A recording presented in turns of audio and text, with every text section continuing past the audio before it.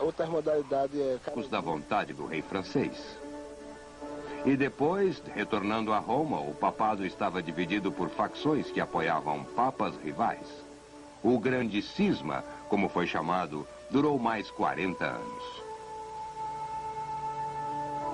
De 1378 até 1414, 3 papas de uma vez lutavam por apoio e pela contribuição dos fiéis, e o papado perdeu muito de seu prestígio.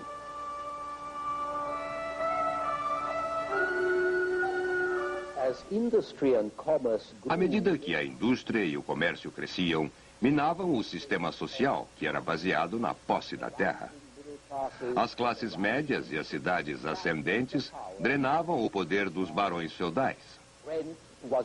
Serviços eram substituídos por pagamentos, e os servos estavam sendo emancipados para que a terra pudesse ser vendida a dinheiro, ou para que a força de trabalho pudesse ser usada em outros empreendimentos. E tudo isso acabou com o sistema autossuficiente da propriedade. Em toda parte havia mudanças. Em toda parte havia desordem. Em toda parte os métodos antigos estavam sendo desafiados ou substituídos por novos. E essa agitação universal parecia trazer uma ameaça de anarquia. Isso era o que a maioria das pessoas temia. Uma ordem social e moral obscura. Apenas uma luta pelo poder sem restrições. Uma situação na qual, como o Shakespeare descreve em Troilus e Cressida, não haveria justiça, nem certo ou errado. Força seria certo. Então, tudo incluiria poder. Poder em vontade, vontade em apetite. E apetite, um lobo universal duplamente subordinado com vontade e poder, deve fazer forçosamente uma presa universal e, finalmente, devorar a si mesmo.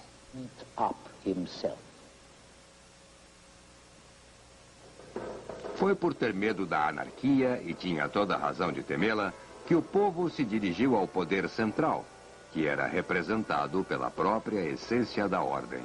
A monarquia nacional. Os reis já tinham reduzido o imperador sagrado romano, que era o senhor nominal deles, a uma sombra. Agora eles se viram contra o poder de seus subordinados nominais, os senhores feudais.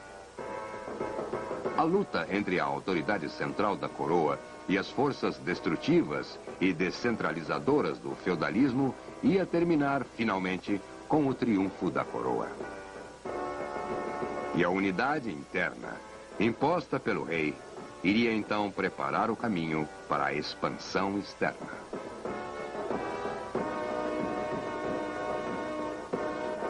A França foi a primeira a entrar em campo. Joana d'Arc foi a inspiradora e a santa padroeira do patriotismo francês, produzido pela miséria e pela humilhação da Guerra dos 100 Anos. Filha de uma família camponesa em boa situação, Joana acreditava ouvir vozes de anjos e de Deus, que lhe diziam para expulsar os ingleses.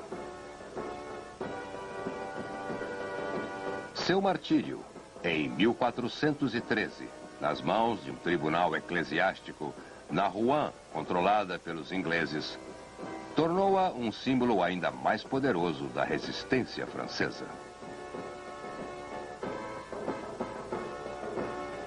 Na segunda metade do século XV, a guerra com a Inglaterra havia terminado, as divisões feudais resolvidas, e foram fundadas as bases para um exército nacional e um sistema nacional de finanças.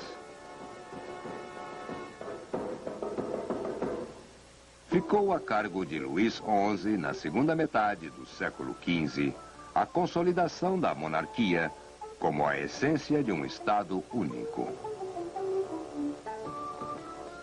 Depois de Luís XI e depois do seu sucessor, Luís XII, os restos da independência feudal foram esmagados e a França começou a expandir-se às custas de seus vizinhos mais fracos. Província após província era incorporada à monarquia francesa. E antes do fim do século XV, a força da nação recém-formada iria chegar até os Alpes e entrar na Itália. Enquanto isso, outros estados estavam seguindo o exemplo francês. Ferdinando de Aragão casou-se com Isabel de Castela, expulsou os mouros de Andaluzia e fundou o reino moderno da Espanha. Em pouco tempo, a Espanha também estaria saindo de seus limites, atravessando o Atlântico para dentro da América e, no Mediterrâneo, desafiando os franceses na Itália. Na Inglaterra, depois de 1495, Henrique VII iria trazer a paz e a ordem ao país, enquanto do outro lado da Europa, uma série de casamentos estava criando um novo poder. Maximiliano da Áustria casou-se com a herdeira de Borgonha no século XV e uniu a Holanda com a Áustria. Seu filho, o arqueduque Filipe, casou-se com a filha de Fernando e Isabela de Espanha, e seus dois filhos foram Carlos V, imperador do Império Espanhol, e Ferdinando I, que se casou com a filha do rei da Hungria e Boêmia e fundou a monarquia austro-húngara. Uma série de detalhes de família provavelmente entediantes, mas que estabeleceu a base, a estrutura da política europeia nas centenas de anos seguintes. E assim, enquanto o século XV acabava e chegava ao século XVI, o sistema político da Europa estava rudemente esboçado. Apesar de que as fronteiras dos reinos rivais ainda eram indeterminadas, e lá permaneciam os principados e poderes menores, especialmente na Alemanha e na Itália, que pareciam presas fáceis a seus ambiciosos vizinhos. Na Alemanha, o rei era imperador do Sagrado Império Romano, que se estendia sobre cerca de centenas de principados e ducados independentes. Então, ele poderia apenas ganhar seu posto concordando em não forçar sua autoridade, e o império era, em efeito, o túmulo da unidade nacional alemã. A unidade da Itália era proibida não só pela ambição dos príncipes e rivalidades das cidades, como também pela oposição dos papas.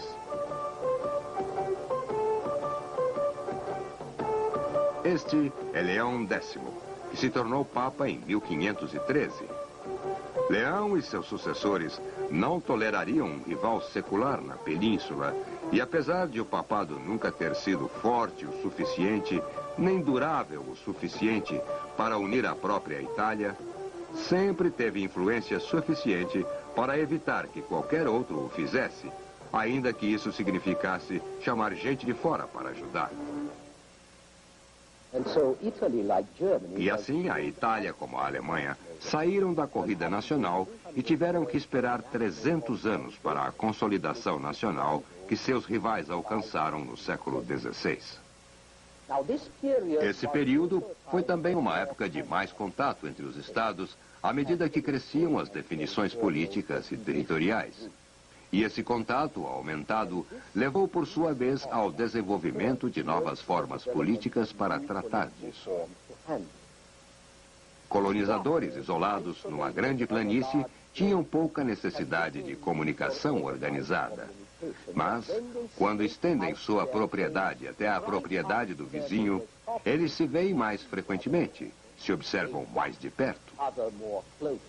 Eles tendem a brigar. E foi isso o que aconteceu com os estados nacionais. Antes da era da expansão nacional, as relações diplomáticas eram raras e espaçadas. Os embaixadores só eram despachados em ocasiões especiais. Mas durante os séculos XV e XVI, os embaixadores tornaram-se regulares e residentes.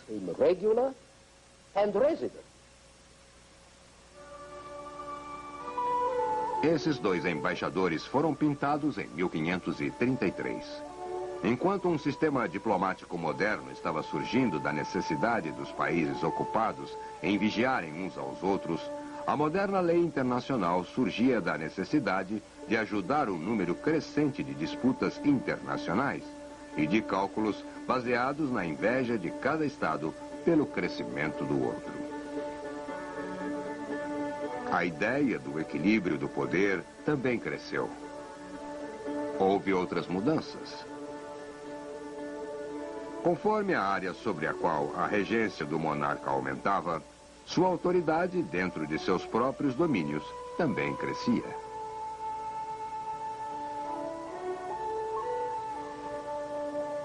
Este é Luís XII, indo para afirmar sua autoridade, na verdade, não na França, mas na Itália. Cada aumento da autoridade do rei intensificava sua dignidade e o elevava mais ainda sobre os súditos. As liberdades locais e direitos feudais que punham em xeque um duque da Bretanha ou um rei de Aragão eram muito menos eficientes contra um rei da França, como Francisco I, ou o rei da Espanha, que tinham mais soldados, rendas mais altas e maior crédito. Poderes feudais e locais lutaram uma grande batalha de controle contra a coroa durante centenas de anos, mas a tendência era contra eles, enquanto o rei se tornou o símbolo da unidade nacional e o centro de aspirações nacionais. Este monarca ganhava tanto com o crescimento de novas ideias como com a decadência das antigas. O Renascimento, que discutiremos em detalhe na próxima vez, o estudo revivido da lei romana civil e, eventualmente, a reforma, tudo isso contribuiu para o crescimento do poder real. Mesmo os eruditos que trabalhavam com suas penas e tinham que viver de pensão, contribuíram para isso. Pensões, afinal, são mais fáceis de serem obtidas de príncipes do que de parlamentos, porque os parlamentos não consideram feitos puramente intelectuais como um serviço para o Estado. E assim os eruditos eram admirados pelo rei e o rei recompensava-os pelos louvores que recebia do mundo das letras.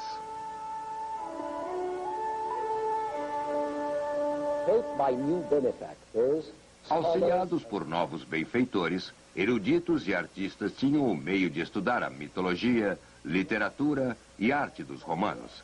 E daí redescobriram a organização política romana e suas leis, todas que tiveram um efeito significativo no pensamento europeu. Do mesmo modo que o latim clássico da Roma antiga parecia superior ao latim medieval, desprezado como um latim de cão, a lei romana parecia superior à barbaridade da lei comum europeia e dos costumes feudais. Como os estudiosos redescobriram a lei romana, seu estudo e aplicações espalharam-se para fora das universidades italianas, antes para as terras do Sagrado Império Romano, cujos imperadores consideravam-se sucessores da Roma Imperial, e depois para o resto da Europa. Assim, no século XV, as máximas da lei romana estavam por toda parte, e nossas leis civis são todas marcadas por ela.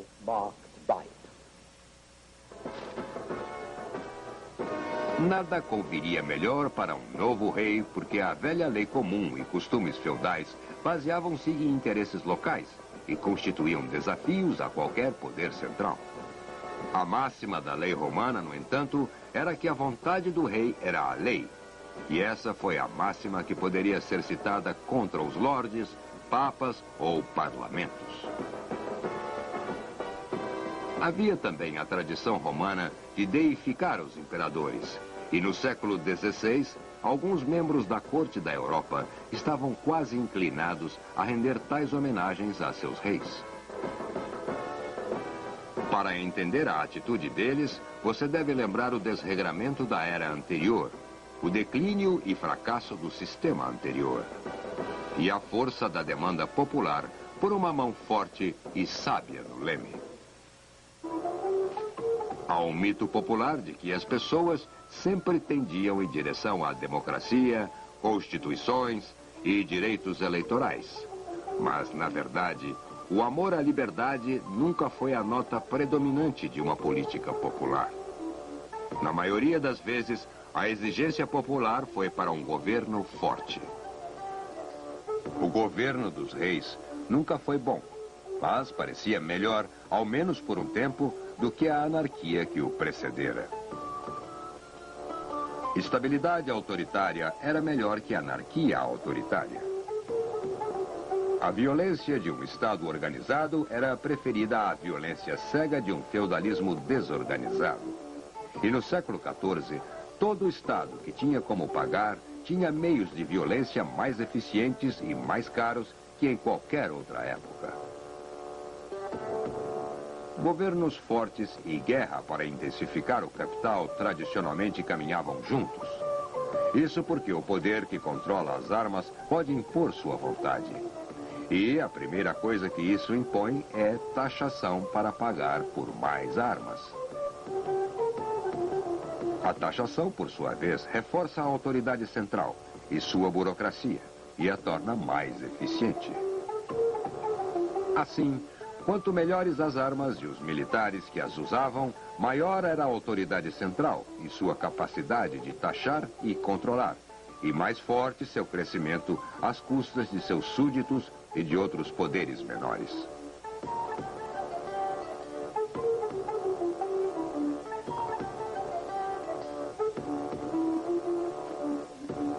Os anos 1300 e 1400 viram o aparecimento de armas que afetariam a história até nossos dias. Armas e poder de fogo. Séculos antes, os bizantinos usaram o fogo grego, bolas de fogo que os ajudaram a vencer os eslavos e os árabes. Essas bolas de fogo eram atiradas por catapultas e cada vez mais por tubos. Assim, a ideia de armas com tubos de metal chegou à Europa vinda da Índia e da China no século XIII. E havia fabricantes de armas europeus que podiam copiá-las. Canhões ou bolas de canhão feitas de ferro e pedra eram úteis contra paredes, navios e tropas em formação próxima. O canhão turco abateu os muros de Constantinopla em 1453. O canhão francês ajudou a expulsar os ingleses no fim da Guerra dos 100 Anos. E também havia as armas de fogo manuais. Um general inglês foi morto por uma arma manual na última batalha da Guerra dos 100 Anos, em 1452.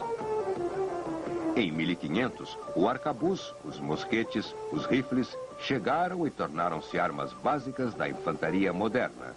E também a chave para o poder europeu além da Europa. Seriam as armas que ganhariam muito da América para a Espanha. E as Índias Orientais para espanhóis, portugueses, ingleses, dinamarqueses e holandeses. Os índios nativos do México pensavam que as armas da Espanha produziam raios. E seria muito difícil para qualquer homem enfrentar um raio controlado. Então, o futuro estava nas mãos do exército europeu mais moderno, equipado com artilharia como os exércitos franceses que conquistaram a Itália depois de 1490, e equipado com armas de fogo que ganharam a América para os espanhóis e deram à infantaria espanhola uma superioridade com a qual obteve a hegemonia na Europa durante o século XVI. Afinal, nem todos podiam construir uma arma. Era preciso arsenais e equipamentos. No século XVI, a Espanha e outros estados gastavam 2/3 de sua renda em armas. Naturalmente, países com muito ferro e uma metalurgia superior tinham uma grande vantagem. E isso significava Europa Central, França e, a seu tempo, os suecos. As novas armas também significavam que cidades e senhores feudais não estavam mais a salvo atrás de seus muros. A guerra moderna, baseada em armas e pólvora, acabou de uma vez com todas com castelos, com os cavaleiros em armaduras e também com a cultura de cavalaria e com as cidades independentes. Abriu a era do Estado moderno, interessado em ordem, em impostos e em instituições cada vez mais fortes. Assim, a guerra, os governos e o mundo em geral, todos tinham sido transformados pela pólvora.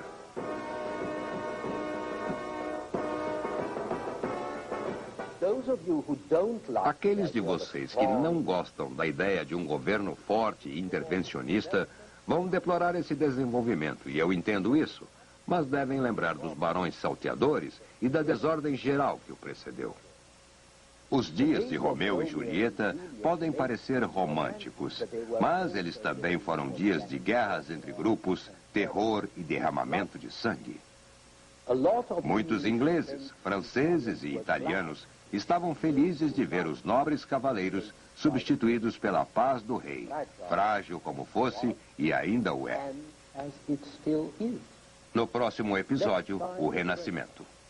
Até lá.